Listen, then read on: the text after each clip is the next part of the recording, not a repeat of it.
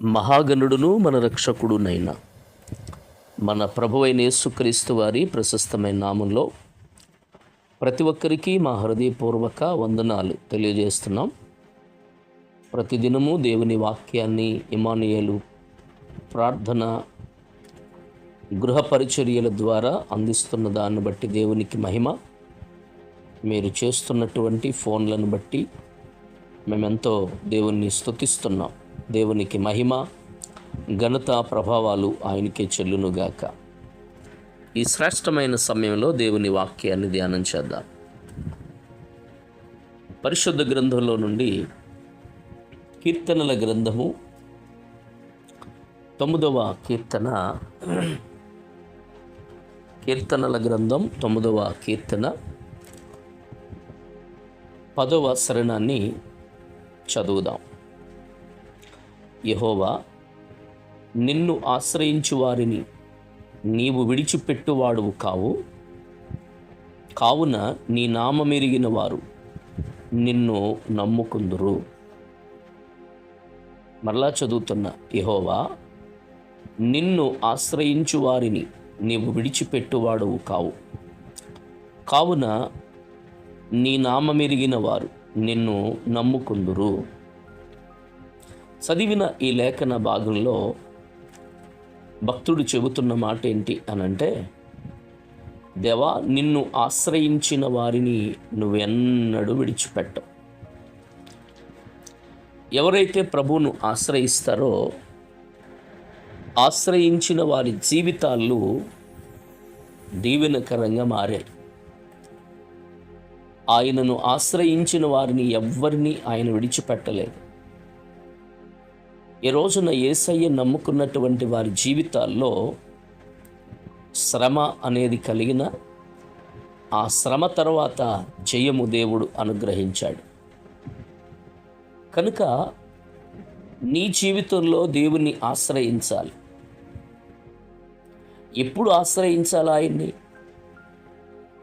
ఎప్పుడు ఆశ్రయిస్తే దేవుడు నీకు ప్రత్యక్షమవుతాడు? ఆశ్రయించవలసిన రీతి ఏంటి? అందుకే వాక్యం అంటది, నన్ను ఆశ్రయించుడి అప్పుడు మీరు బ్రతుకుదురు. ఆమోసు గ్రంథంలో చెప్పబడుతున్న మాట. ఈ రోజున లోకాస్తులు, లోక సంబంధమైన మనుషులు లోకాన్ని ఆశ్రయిస్తారు. దేవుని పిల్లలు లోక సంబంధమైన వాటిని ఆశ్రయించకూడదు. మరి దేనిని ఆశ్రయించాలి? దేని మీద మనసు పెట్టాలి? నువ్వు ఆశ్రయించవలసింది ఎవరిని? ప్రభువుని. కనుక ఆయనను ఆశ్రయించిన వారిని దేవుడు ఎన్నడూ విడిచిపెట్టడు. నువ్వు అనుకుంటున్నట్లుగా, అరే దేవుడు నన్ను విడిచిపెట్టేశాడు, దేవుడు నన్ను మర్చిపోయాడు, ఆయనకి నేను గుర్తే లేను నువ్వు అనుకుంటున్నావు. ఆయన ఎవరిని విడిచిపెట్టేవాడు కాదు. నీ జీవితంలో ఎదురవుతున్న ప్రతికూల పరిస్థితులన్నీ కూడా ఒక అద్భుతంగా మారడానికి దేవుడు సమయము నియమించాడు. ఆ సమయము రాగానే నువ్వు అనుకోకుండానే, అరే ఇప్పటిదాకా నేను అనుభవించిన శ్రమ ఒక చిటికలో, ఒక క్షణంలో మాయమైపోయిందే, నీకే ఆశ్చర్యము కలిగేటట్లుగా దేవుడు చేస్తాడు. దేవుడు ఎవరిని శ్రమ పెట్టాడు. ఒకవేళ శ్రమలో నువ్వు ఉన్నావు అని అంటే ఆ శ్రమ వెనక మేలు దేవుడు దాచాడు. ఆ కష్టం వెనక దేవుడు అద్భుతాన్ని ఉంచాడు అని గుర్తు చేసుకో, మర్చిపోకు. కనుక ఆయనను మనం ఆశ్రయించాలి. అందుకే కీర్తన యెషయా గ్రంథంలో 55:6-7 శరణాల్లో మనం చూస్తే గనుక, యెహోవా మీకు దొరుకు కాలమునందు ఆయనను వెదుకుడి, ఆయన సమీపములో ఉండగా ఆయనను వేడుకునుడి. భక్తిహీనులు తమ మార్గమును విడవవలెను, దుష్టులు తమ తలంపులను మానవలెను. వారు యెహోవా వైపు తిరిగిన ఎడల ఆయన వారి యందు జాలిపడును. వారు మన దేవుని వైపు తిరిగిన ఎడల ఆయన బహుగా క్షమించును. గమనించాలి, యెహోవా మీకు దొరుకు కాలమునందు ఆయనను వెదుకుడి, ఆయన సమీపముగా ఉండగా ఆయనను వేడుకునడి. ఒక రోజున యేసు ప్రభువారు యెరికో పట్టణం గుండా వెళ్తున్నాడు. యెరికో పట్టణంలో ప్రవేశించిన వెంటనే అక్కడ బర్తమయి అనే గుడ్డి భిక్షకుడు అడుక్కుంటూ ఉన్నాడు. ఆ మార్గాన్ని యేసయ్య వెళుతూ ఉన్న ఆ చప్పుడు వాడు విన్నాడు. ఏంటి చప్పుడు అని అడిగినప్పుడు, నజరేయుడని యేసు ఈ మార్గాన వెళుతున్నాడు అని చెప్పడం జరిగారు. వెంటనే వాడు తడువు చేయకుండా, ఆలస్యం చేయకుండా వాడు కేకలేయడం ప్రారంభించాడు. దావీదు కుమారుడా, నజరేయుడైన యేసు నన్ను కరుణించు, నన్ను కరుణించు అనని. అందరూ వాడిని నోరు మూస్తున్నారు. ఒరే మాట్లాడుకు, అరవకు, యేసు ప్రభు వెళ్ళిపోతున్నాడుగా, ఎందుకు నువ్వు అరుస్తావు? అందరూ కూడా వాడిని ఆపేయాలని చూశారు. నోరు నొక్కిన వాళ్లను పక్కకి నెట్టి మరీ బిగ్గరగా అరుస్తున్నాడు. దావీదు కుమారుడా, నజరేయుడని యేసు నన్ను కరుణించు, కరుణించు. ఆశ్చర్యం ఏంటిదంటే, అదే యేసు ప్రభువారి చివరి ప్రయాణం. మరలా ఆయన తిరుగురాడు, సిలువకు అప్పగింపబడతాడు. అది వాడు వినియోగపరుచుకున్నాడు, సమయాన్ని వృధా చేయలేదు.